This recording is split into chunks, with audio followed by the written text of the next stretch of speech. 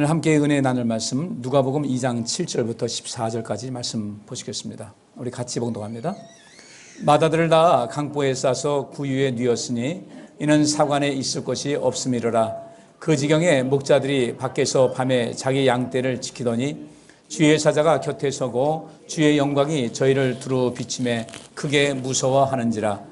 천사가 이르되 무서워 말라. 보라, 내가 온 백성에게 미칠 큰 기쁨의 좋은 소식을 너희에게 전하노라. 오늘날 다윗의 동네에 너희를 위하여 구주가 나셨으니 곧 그리스도 주시니라.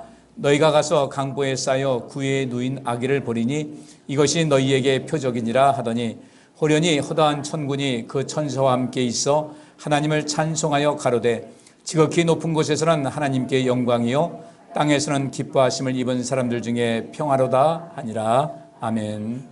볼륨 조금만 좀 줄여주세요. 허리가 안 나게. 오늘 저는 이 본문 말씀 가지고 예수 그리스도의 강림의 의미라는 주제로 함께 하나님의 은혜를 나누겠습니다. 우리가 성탄절 맞이하면은 복된 성탄 맞으세요, 뭐 메리 크리스마스, 즐거운 성탄 지내세요 이렇게 이야기를 하는데 실제로 이 예수님께서 이 땅에 강림하심으로 인하여서 우리는 죽음의 자리에서 영생의 자리로 옮기게 됐고 또 하나님의 은혜를 우리가 부음받는 이런 놀라운 은혜가 있었지만은 그 주님께서 이 땅에 강림하신 과정 속에서 이후에 부활할 때까지의 그 과정에 보면 예수님의 고난이 있었고 예수님께서 죽으시는 그런 과정이 있었습니다. 그 위에 물론 부활도 있었지만은 예수님께서 이 땅에 오신 목적이 과연 무엇인가 봤을 때 결국은 우리를 살리려고 오신 것인데 그 살리러 오시는 모든 의미를 생각한다면 물론 예수님께서 오셔서 모든 것을 완성하셨으니까 그 안에서 즐거워하고 기뻐하고 감사하는 것은 사실이지만 그 이전에 예수님께서 우리를 위해서 고난당하신 의미를 좀 깊이 새길 수가 있어야 되고 그 다음에 이제부터는 그러면 우리를 위해서 이렇게 온갖 그 고난당하시고 죽으시고 우리를 위해서 아낌없이 모든 것을 주신 우리 하나님과 또 우리 예수님에게 보답할 수 있는 길은 무엇인가를 봤을 때 예수님께서 이 땅에 오신 모든 그 목적과 의미를 알고 그것을 우리가 또 함께 이제부터 실현하는 삶을 사는 것이 우리 하나님께 마땅히 갚아야 될 하나님의 자녀로서의 도리라고 생각을 합니다. 그래서 오늘은 예수 그리스도께서 이 땅에 강림하신 의미가 무엇인가?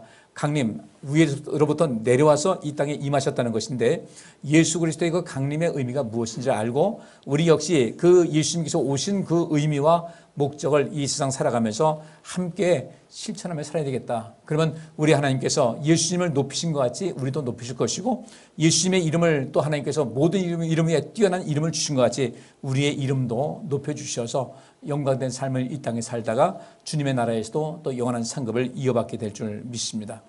오늘 이 본문 말씀 보니까 마다들을 낳아 강보로 쌓여 구유에 뉘었다. 뭐 이 앞에 있는 모든 것은 여러분께서 잘 아실 테니까 이제 쭉 넘어가겠습니다.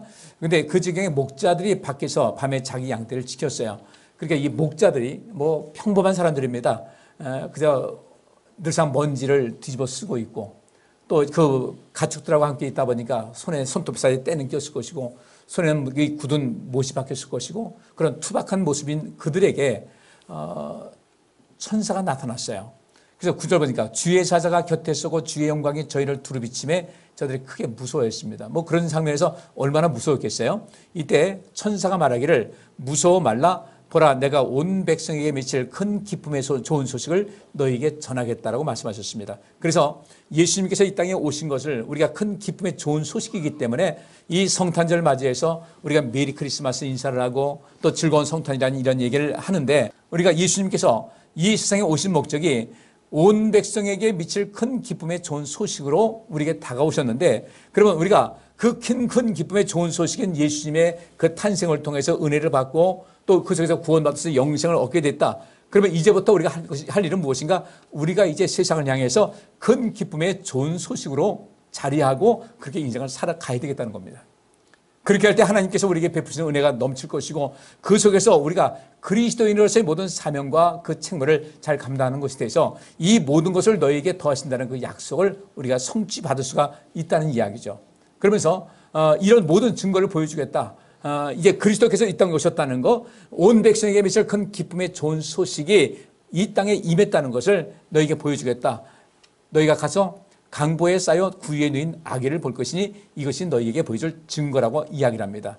이때 호련히 허다한 천군이 그 천사와 함께 있어 하나님을 찬송하여 가로되 지극히 높은 곳에서는 하나님께 영광이요 땅에서는 기뻐하심을 입은 사람들 중에 평안하다, 이렇게 이야기를 합니다. 저는 그래서 오늘 14절 말씀에 근거해서 주제는 오늘 예수 그리스도의 강림의 의미라고 했는데, 실제로 부제로는 지극히 높은 곳에서는 하나님께 영광이다. 예수 그리스도께서 이 땅에 탄생하시고 이 땅에 강림하신 것은 첫째로 하나님께 영광 돌리기 위한 것이었고, 예수님께서는 당신만 하나님께 영광 돌리는 것이 아니라 이 땅에 오심을 통하여서 모든 사람을 통하여서 모든 사람들에게 하나님께 영광 돌리시도록 하신 것이 우리 예수 그리스도의 모든 감당하신 일이었거든요. 따라서 우리도 이 땅에 살면서 예수님께서 이 땅에 임하시면서 하나님께 영광을 돌리셨습니다. 예수님 당신이 하나님께 영광을 돌려서 하나님께서는 하나님께 영광을 돌리는 예수 그리스도를 모든 이름 위에 뛰어난 이름을 주셨어요. 그리고 이제 말씀 보겠지만 예수님께서는 모든 이 땅에 오셔서 많은 일을 감당하셨습니다. 하나님께서 원하시는 것은 사명을 잘 감당하면서 어떻게 했는가, 많은 사람들의 입에서 하나님께 영광 돌리는 그런 모습으로 인생을 살아갈 수 있도록 만들어 주셨어요. 따라서 우리가 이 성탄절을 맞이해서 우리가 감당해야 될 것은 우리 역시 마찬가지로 하나님께 영광 돌리는 삶을 살아가야 되겠다. 이것이 예수님께서 이 땅에 오신 모든 목적을 우리도 마땅히 감당하는 것이고, 그 속에서 성탄의 그런 모든 상급을 또 나눌 수 있는 그런 길이 된다는 것이죠. 두 번째는 땅에서는 기뻐하심을 입은 사람들 중에 평안하다 그랬습니다. 이 평화가 임하는데 예수님께서 이 땅에 오셔서 우리에게 평안을 주셨습니다. 여기서 평화라는 것은 평화, 화평, 평안, 강건, 평강, 이런 모든 것이 다 이렇게 성경에서는 그렇게 해석이 됐어요. 여기 평화다, 화평으로도 번역이 됐고, 그 다음에 평강으로도 번역이 됐고, 또 평안으로도 변화됐고, 또 고요함으로도 번역이 됐는데, 이런 그 땅에서는 기뻐하심을 입은 사람들 중에 평안하다. 분명히 이 땅에 오심을 통해서 이 세상에 평안을 주셨고, 평안을 주셨고, 평강을 주셨고, 화목을 주셨고, 화평을 주셨는데, 어떤 사람들이 이 평화를 얻을 것인가 봤더니 기뻐하심을 입은 사람들 중에 그 평화가 임한다는 겁니다. 그러면 우리 모두도 예수 그리스도께서 이 땅에 오셨는데, 우리가 진정으로 하나님께 기뻐하심을 입은 사람이라면, 하나님께서 기뻐하시는 사람의 그 모습을 갖고 있다면, 하나님께서 기뻐하시는 성도의 모습을 갖고 있다면 우리 삶에는 반드시 이 평화가 내게 임할 것이라는 거예요. 또 이 평화의 복을 받을 수 있어야 되고요. 우리가 하나님께 영광 돌릴 때 우리가 임하는 상급이 큽니다. 또 우리가 인생 살면서 평화가 반드시 있어야 될 텐데, 아무나 임하는 것이 아니라 기뻐하심을 입은 사람들 중에 평화가 임할 것이라고 말씀하고 있어요. 그러면 우리는 하나님께도 영광 돌리고, 많은 사람들을 나를 통해서 하나님께 영광 돌릴 수 있도록 해야 되고, 그 다음에 내가 기뻐하심을 입은 사람들 중에 평화를 내가 얻고 나의 평안을 사람들에게 보여주면서 나도 저 평안을 얻을 수 있는 길이 없을까라는 것을 다른 사람들에게 보여주고, 그들도 하나님께 나와서 그들도 평화에 참여할 수 있는 그런 삶을 살아갈 수 있도록 하는 것이 우리에게 주어진 삶인 것이고, 이것이 바로 하나님 나라와 하나님의 의를 구하는 모든 목적인 줄 믿습니다. 그래서 오늘은 우리는 이 성탄절을 맞이해서 기쁘고 즐거운 날입니다. 왜? 그분께서 오심으로 내가 살았으니까, 영생 얻었으니까. 그러면 그 기쁘고 즐거운 것, 이 모든 은혜를 부음받았는데, 그러면 이 은혜를 받은 우리는 과연 어떻게 할 것인가? 우리 이 은혜라는 것은 도저히 받을 수 없는 상태인데, 도저히 누릴 수 없는 것을 누리게 된 것이 은혜라는 것이거든요. 하나님께로부터 말할 수 없는 은총을 받았습니다. 거저 값없이 받았는데, 이제는 그 하나님께 어떻게 감사하며 살아야 될 것인가, 어떻게 우리가 그리스도인으로서 삶을 살아가야 될 것인가, 이제는 아직 하나님을 알지 못하는 그런 사람들에게 그들도 역시 하나님께서 기뻐하심을 입은 사람들이 되도록 만드는 것이 우리의 사명이라는 것입니다. 이제 우리 성도님들 앞으로의 인생을 살아가면서 이제 나만을 위해서 인생 사는 것보다는 여기 있는 말씀대로 온 백성에게 미칠 큰 기쁨의 좋은 소식을 너에게 전한다고 했으니까, 이제 여러분께서도 온 백성에게, 모든 사람에게 미치는 큰 기쁨의 좋은 소식이 될 수 있기를 주의 이름으로 축복합니다. 우리가 그런 사람이 되셔야 돼요. 우리가 갈 때 누군가를 갔는데 정말 버선발로 뛰어나올 정도로 반가운 사람이 돼야 되거든요. 근데 이런 사람이 안 되고 늘상 사람들에게 별로 호감도 못 주고 사람들에게 부담만 주고 짐이 되는 이런 인생을 살면 안 되겠다는 거죠. 이 세상에는 좋은 사람 많습니다. 근데 안 좋은 사람도 참 많이 있는 것 같아요. 어떤 사람들은 사람이 착합니다. 성실합니다. 또 능력도 있습니다. 능력도 있고 아주 성실하고 그 다음에 사람이 착해요. 이런 사람들은요, 누가 뭔가를 부탁하게 되면 그냥 거절을 못해요. 근데 어떤 그 심리학자가 그런 얘기를 하더라고요. 이 소시오패스들은 이렇게 능력 있고 성실하고 그저 말 잘 듣고 순하고 착한 이런 사람들 보면 이렇게 한대요. 이렇게 자기 표현한다고 그런다는 거예요. 뭘 본 거예요? 먹잇감을 찾은 거예요. 그래서 그들 시커 부려먹는다는 거죠. 또 성실하다는 것은 일을 눈앞에 보고서 지나지를 못하는 거예요. 어떤 사람은 그러죠. 아유, 난 왜 이렇게 일복이 많은 줄 몰라. 왜 많겠어요? 그러니까 우리 성도님들은 우리 자녀들한테 일복도 적당하게 물려주셔야 돼요. 어려서부터 그냥 일을 그렇게 많이 시켜가지고 일하는 것이 몸에 밴 사람들은 일을 안 하면 불안해요. 불안해가지고 일을 찾아다닙니다. 찾아다니고서 어떻게 해요? 너무너무 힘든 거예요. 좀 이제 쉬는 재미도 있어야 되고요. 일하는 즐거움도 있어야 되고 쉬는 기쁨도 있어야 되는데 여러분께서 인생 살아갈 때 여러분들 큰 기쁨의 좋은 소식으로서 세상을 살아가십니까? 아니면 그저 많은 사람들을 만났을 때 피곤한 그런 모습을 주는 사람입니까? 또 어떤 사람은 그러더라고요. 친구를 만났는데 그 친구를 만나면 돌아올 때 맥이 쭉 빠진다는 거예요. 친구라면 만나가지고 친구들끼리 제가 말씀드렸죠. 친구는 만나면 무슨 얘기하는 거라고요? 어떤 얘기? 실없는 얘기예요. 아무런 부담 없이 나가가지고 깔깔거리고 웃고 장난치고 이렇게 하죠. 그러면서 에너지를 얻는 그런 것을 해야 되는데 친구들끼리 만나가지고 야 우리 인생이 뭔가 오늘 토론해보자. 무슨 학술대 나간 것도 아니잖아요. 친구들끼리 만나면 잠깐 좀 심각한 얘기를 하더라도 모든 것도 해야 되는데 이 소시오패스들은요 어떤 사람이 되는가? 그 사람들은 남의 것에 남의 재능을 손 하나 까딱하지 않고 빨아먹는 사람들이 소시오패스들이에요. 이런 사람들은 자기가 나쁜 사람이라는 것조차도 모르고 있다는 거예요. 우리 성도님들, 저는 오늘 이 말씀 증거하면서 온 백성에게 미칠 큰 기쁨의 좋은 소식을 너에게 전한다고 했는데 우리가 예수님께서 그 목적 가지고 이 세상에 오셨잖아요. 우리도 온 백성에게 미칠 큰 기쁨의 좋은 소식을 세상에 전할 수 있어야 되는데 그것을 전하기 위해서는 우리는 상당한 삶의 기술을 가지고 있어야 돼요. 일 중독에 빠진 사람들은 항상 사람들에게 이래라 이렇게 얘기를 해요. 중독 빠진 사람들은요. 근데 어떤 사람은 한량같이 사는 사람들은 인생 한 번뿐인데 뭐 이렇게 힘들게 사냐고 그래요. 다 틀린 거예요. 일할 땐 열심히 일하고 쉴 땐 쉬고 놀 땐 놀고 신앙생활도 열심히 하고 이 모든 것을 균형 잡히게 해야 되는데 이렇게 균형 잡힌 인생을 살아갈 때 다른 사람들은 우리를 보고 난 저 사람이 사는 것을 내가 좀 배우고 싶다. 저 사람 보면 어떤 허점이 없어 보이는데 그렇다고 해서 이 사람이 재미없는 것도 아니고 어떤 때는 참 재미있고 속 없는 사람 같기도 한데 일하는 거 보면 아주 야무지고 또 말도 똑부러지게 하고 때로는 어떤 멍 때릴 줄도 알기도 하고 이런 모든 속에서 저 사람 보면 내가 마음이 참 편안하다. 저 사람 보면 내가 뭔가 에너지를 얻는 느낌이 있다. 저 사람 만나면 내 삶 속에서 어떤 새로운 도전을 받는다. 이런 모습으로 살아갈 때 이것이 큰 기쁨의 좋은 소식이 되는 것이거든요. 그럼 여기서 어디서 배워야 될 것인가? 하나님 말씀을 통해서 배우셔야 돼요. 예수님께서 이 땅에 오셔서 많은 사람들에게 하나님께 영광 돌리게 해서 하나님의 사랑을 부음받는 삶을 살게 했고 많은 사람들에게 평안을 주셔서 그들 삶 속에 희망을 주셨고 용기를 주셨어요. 우리도 인생 살면서 그렇게 해야 된다는 겁니다. 여러분 한 사람 한 사람이 하나님을 잘 섬김을 통해서 저렇게 하나님을 섬기다 보니까 이런 모든 것이 온전함이 되는구나. 아까 손정자 집사님 말씀드렸잖아요. 그분께서 금년 초에 그 말씀하셨어요. 목사님 제가 그동안 식당 일 하나 바빠서 아무것도 못했는데 이제 좀 내가 제대로 신앙생활을 해보려고 합니다. 제가 그렇게 하겠습니다. 저한테 다짐을 했어요. 시골에서 오래 신앙생활 했지만 여기 서울에 오셔가지고 신앙생활 제대로 못했었는데 내가 그렇게 하겠다고 다짐하시더니 그때부터 11조를 드리기 시작하더라고요. 그리고 저한테 고백을 해요. 목사님 저 시골 소식하면서도 11조 생활 제대로 못했어요. 근데 여기서부터 제대로 하려고요. 근데 제대로 하셔요.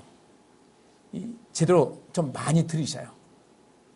그러더니 하루 이틀 하면서 지금까지 왔는데 여러 가지 일이 하나씩 둘씩 풀리기 시작하니까 우리 집사님이 거기서 느끼는 거예요. 우리 교회 와서 이제 신앙생활의 어떤 진면목을 발견한 거죠. 이 속에서 신앙생활은 이런 것이구나. 얼굴이 지금 확 펴졌어요.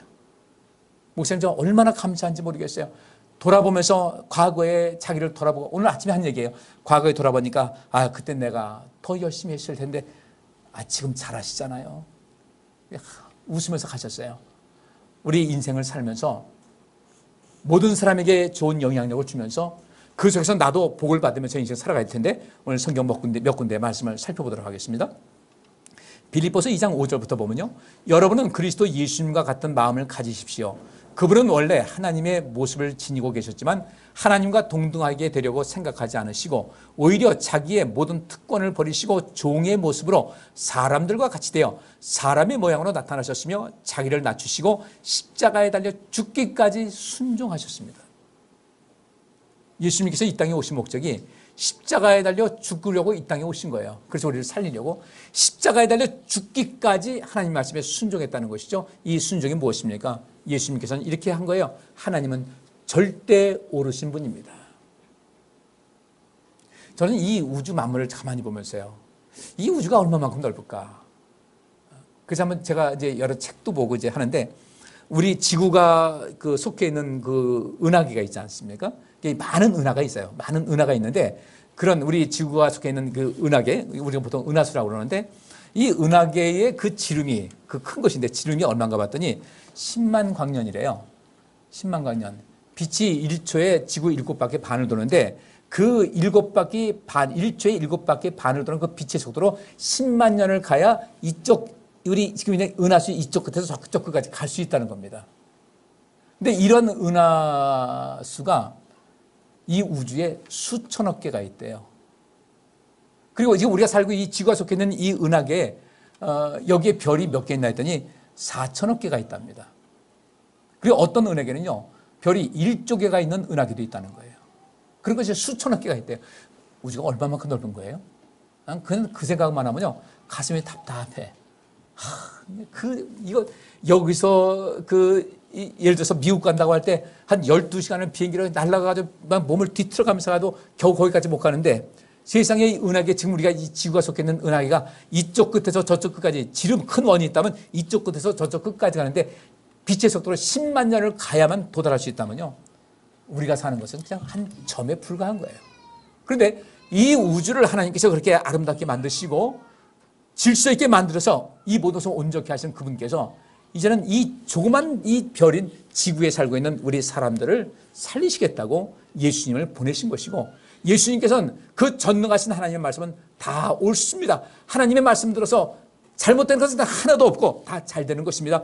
하나님께 죽기까지 순종하셨더니 하나님은 그분을 최고로 높여 모든 이름 위에 뛰어난 이름을 주셔서 하늘과 땅과 땅 아래 있는 자들이 모두 예수님의 이름에 무릎을 꿇게 하시고 모든 사람이 예수 그리스도를 주님이라고 고백하여 하나님 아버지께 영광을 돌리게 하셨습니다. 예수님께서 이 땅에 오셔가지고요, 하나님 아버지께 영광을 돌리시도록 하신 거예요.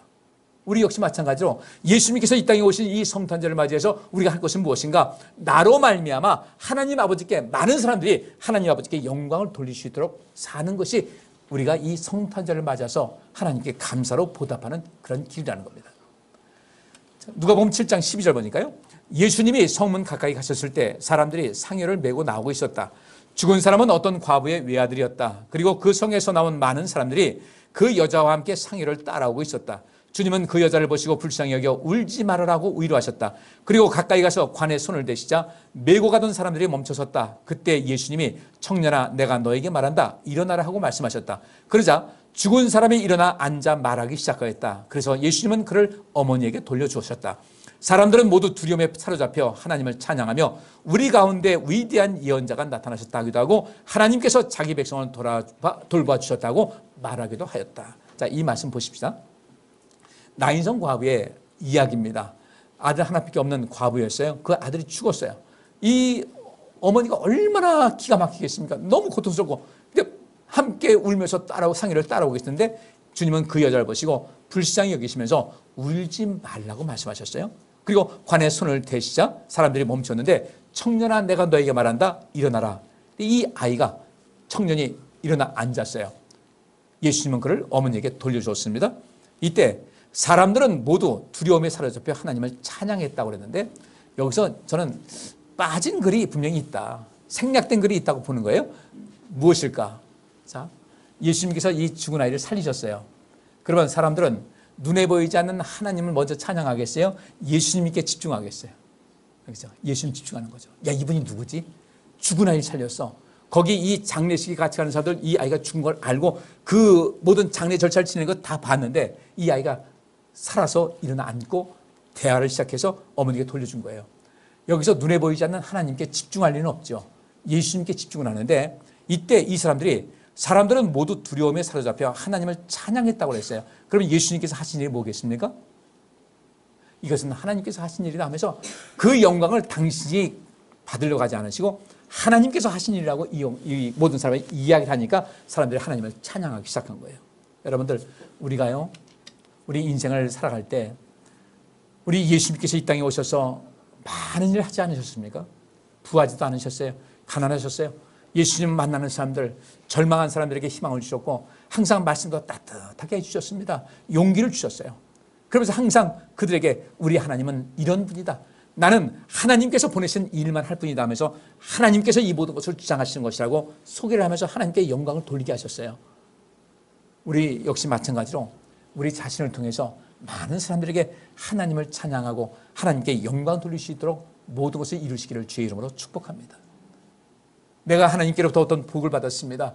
어떤 것을 누리게 됐습니다. 여러분, 우리 하나님께 감사하면서 하나님 감사합니다. 하나님께서 하신 것입니다. 절대 이 빼먹지 말고요. 그렇게 한다 할지라도 여기서 예수님께서 이것은 하나님께서 하신 것이라고 해서 이 사람들이 하나님을 찬양을 했지만 그 다음에 또 어떤 일이 있습니까? 우리 가운데 위대한 예언자가 나타났다고 또 예수님께서 주목을 하는 거예요. 또 하나님께서 자기 백성을 돌봐주셨다고 말하기도 하였다. 우리 앞에 이 말씀 봤죠? 온 백성에게 미칠 큰 기쁨의 좋은 소식을 너에게 전한다고 했는데 이제 우리가 그 일을 하셔야 되거든요. 우리도 온 백성에게 미칠 큰 기쁨의 좋은 소식이 되셔야 돼요. 그렇게 되면요, 많은 사람들이 어떻게 되는가? 하나님을 찬양하게 되고 하나님께서 자기 백성을 돌봐주셨다. 저분 저렇게 하는 거 보니까 나도 도와줄 것이다 해서 하나님께 집중할 수 있도록 주께서 역사하신다는 거예요. 우리 성도님들 꼭 기억하셔서 여러분들을 사람들이 볼 때 하나님께서는 저분을 돌아보신 것 같이 하나님께서도 우리를 돌봐주실 것이라는 이런 확신을 가질 수 있도록 온전하게 믿음으로 사시고 주님과 늘 친밀한 관계를 누리는, 그래서 그 속에서 하나님의 많은 복을 많이 부음받으시고 세상에 복주는 삶을 사는 여러분들 되시기를 간절히 바랍니다. 마태복음 5장 13절부터 보면요, 너희는 세상의 소금이다 말씀하셨어요. 또 14절 보니까 너희는 세상의 빛이다라고 하시면서 이와 같이 너희 빛을 사람들 앞에 비추게 하라. 그래서 사람들이 너희 착한 행실을 보고 하늘에 계신 너희 아버지를 찬양하게 하라. 성탄절을 맞이해서 전 여러분들에게 이 말씀을 부탁드리고 싶습니다. 여러분의 모든 삶의 모습을 보고 많은 사람들이 하늘에 계신 우리 하나님 아버지를 찬양하게 할 수 있도록, 항상 여러분들은 이것은 하나님의 은혜였습니다. 하나님께서 하신 것입니다. 하나님께서 내게 그런 많은 것을 베풀어 주셨습니다. 당신도 하나님을 가까이 하시기 바랍니다. 그들에게 하나님을 소개하시고 그들이 여러분과 우리 모두의 모습을 통해서 하나님 아버지를 찬양하게 하는 것, 예수님께서 이 땅에 오셔서 하신 일이 바로 그것이었거든요. 우리도 역시 마찬가지로 그 일을 감당해야 될 줄 믿습니다. 요한복음 14장 말씀 보니까 그래서 예수님이 이렇게 대답하셨다. 나를 사랑하는 사람은 내 말을 지킬 것이다. 그리고 내 아버지께서도 그를 사랑하실 것이며 아버지와 내가 그에게 가서 그와 함께 살 것이다 그랬어요. 자, 여기서는 앞에까지 이제 제가 하나님께 영광 돌리는 건 얘기했고 여기부터는 이제 우리 예수님께서 평안을 주신다고 했는데 기뻐하심을 입은 사람들에게 평안이 있을 것이라고 했는데 그 평안의 복을 받을 수 있는 사람이 누군가 봤더니 주님을 사랑하는 사람이에요. 여기 보세요. 나를 사랑하는 사람, 주님을 사랑하는 사람이 하나님의 기뻐하심을 받아서 그 평안의 복을 누릴 수가 있는데, 그러면 주님을 사랑하는 사람은 어떤 사람인가 봤더니 내 말을 지키는 사람이다 그랬어요. 내 말을 지키는 사람이 나를 사랑하는 사람이다. 근데 24절 보니까 그러나 나를 사랑하지 않는 사람은 내 말을 지키지 않는다는 거예요. 그러면 내 말을 지키지 않으면 나를 사랑하지 않는다는 거죠. 그리고 나를 사랑하는 사람은 내 말을 지킬 것이다. 그리고 내 말을 지키는 사람은 내 아버지께서도 그를 사랑하실 것이며, 사랑하시는 것이 어떤가 봤더니 아버지와 내가 그에게 가서 그와 함께 살 것이다 그랬어요. 근데 아버지와 내가 그에게 가서 그와 함께 살 것이라고 했는데 이런 말씀하십니다. 27절 나는 너희에게 평안을 주고 간다. 너희는 누굽니까? 너희는 누구예요? 주님을 사랑하지 않는 사람입니까? 주님을 사랑하는 사람입니까? 주님을 사랑하는 사람에게 평안을 준다. 그래서 기뻐하심을 입은 자들에게 평안이라고 말씀하신 것은 우리 하나님을 사랑하고 예수 그리스도를 사랑하는 사람들에게 그 평안함의 복이 임하는 것인데, 예수님을 사랑하고 하나님 사랑하는 사람은 어떤 사람인가? 하나님 말씀을 지키는 것이에요. 예수님 말씀을 지키고 하나님 말씀을 지키는 것입니다. 그런 사람들은 어떤 복이 있는가? 아버지께서도 그를 사랑하실 뿐 아니라 아버지와 내가 그에게 가서 그와 함께 살 것이라고 했으니, 전능하신 하나님께서 나와 함께 산다고 할 때 그 평안이 내게 왜 없겠습니까? 그래서 예수님께서 이 땅에 오신 목적은 이 세상 모든 사람들에게 평안을 주기 위해 오셨는데, 평안을 주려고 오셨는데, 어떤 사람들은 평안의 복을 받기도 하는데 어떤 사람들은 평안의 복을 받지 못하다는 거예요. 그럼 어떤 사람이 평안의 복을 받습니까? 우리 주님을, 우리 또 하나님을 사랑하는 사람들. 그 하나님을 사랑하는 사람은 누군가 봤더니 하나님 말씀을 지키고 순종하고 실천하는 그런 사람들이 하나님을 사랑한다는 증거가 되는 것이고, 이 사람들에게 하나님과 예수님께서 그에게 가서 그와 함께 살 것이라고 한 겁니다. 전 여러분들이 다 평안의 복을 얻을 수 있기를 간절히 바랍니다. 여기 27절 말씀에 나는 너희에게 평안을 주고 간다. 이것은 내가 너희에게 주는 내 평안이다. 내가 주는 평안은 세상에 주는 것과는 다르다. 너희는 마음에 근심하지 말고 두려워하지도 말라. 여러분, 우리 인생 살면서 많이 근심할 일 있잖아요. 두려워할 일 있잖아요. 근데 근심할 수는 있어요. 두려워할 수도 있어요. 그런데 근심과 두려움에 지배되지 말고, 근심이 있는 가운데 그 근심이 있을 때 평안이 오게 되면요, 그 평안이 얼마나 중요한지를 알게 되는 거예요. 내가 몸이 약해지면 건강이 얼마나 소중한 건지를 그때부터 비로소 알게 됩니다. 그죠? 내가 마음에 근심이 있을 때 그때 주님께서 내게 평안을 주십니다. 두려움이 있을 때 우리에게 평안을 주십니다. 여러분들, 이 땅에 우리에게 평안을 주고 간다고 했는데, 나는 너에게 평안을 주고 간다고 했는데, 예수님께서 이 땅에 오셔서 우리에게 평안을 주고 가셨습니다. 또 성령을 보내주셨습니다. 그러면 이제부터 우리가 어떤 삶을 살아가야 될 것인가? 마음에 근심하지 말고 두려워하지 말고 주님께서 주시는 그 평강, 우리 성령께서 주시는 그 평강으로 말미암아 평안한 삶을 누리면서 여러분의 모든 평안함이 다른 사람들에게 감동을 주면서 나는 어떻게 하면 내가 당신과 같이 평안한 삶을 살 수 있겠습니까? 라고 물을 수 있는, 질문받을 수 있는 여러분의 삶이 될 수 있기를 간절히 바랍니다. 저는 이번에 대신방을 하면서 그걸 느꼈어요.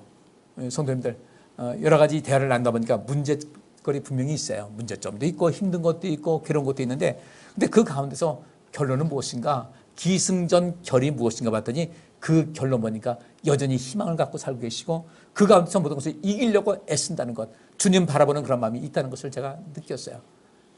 이 기본을 갖추었는데 제가 여러분들에게 한 가지 더 부탁할 것은, 주님을 좀 더, 이제 금년 마지막 주일 아닙니까? 많이 애쓰셨지만은 내년에는 우리 하나님을 더 많이 가까이 하셔서 주님께서 너희에게 평안을 주고 간다고 했는데 지금보다 더한 평안을 누리시고 마음에 근심이 있다 할지라도 두려움이 있다 할지라도 그것에 지배되지 않는 삶을 살 수 있기를 주의 이름으로 축복합니다. 또 주님을 더욱더 가까이 하셔서 여기 있는 말씀대로 아버지와 내가 그에게 가서 그와 함께 살 것이라 했는데, 이 말씀을 이렇게 생각하세요. 아버지와 예수님께서 내게 와서 나와 함께 사실 것이다. 어떻게 할 것인가? 그분을 더욱더 가까이 하자는 겁니다. 그분께서 우리를 찾아오셨잖아요. 이제 우리도 그분께 가까이 다가셔서 성령 충만한 가운데 믿음으로 사시고 더 열심으로 예배하시고 더 열심으로 기도하시고 더 많이 감사하시고 더 많이 하나님 말씀을 순종하고 살아가셔서 여러분 삶에 놀라운 평안이 넘쳐날 수 있기를 주의 이름으로 축복합니다. 주님께서 이거 주시려고 오셨는데, 그래서 우리는 즐거워해야 되는 거예요. 기쁜 성탄절을 맞이해야 되는 겁니다. 그거 주시려고 오셨으니까 그거 주셨는데 누리지 못하면 억울하잖아요. 주님 더 가까이 가세요. 지금 힘드십니까? 내가 주님을 가까이 하지 못하는 것, 아유 내가 열심히 내야지 하면서도 안 되는 것은요, 아직까지도 우리 하나님께서 우리에게 주시는 그 놀라운 능력, 그 평안을 맛보질 못해서 그래요. 이제 맛보시자는 거예요.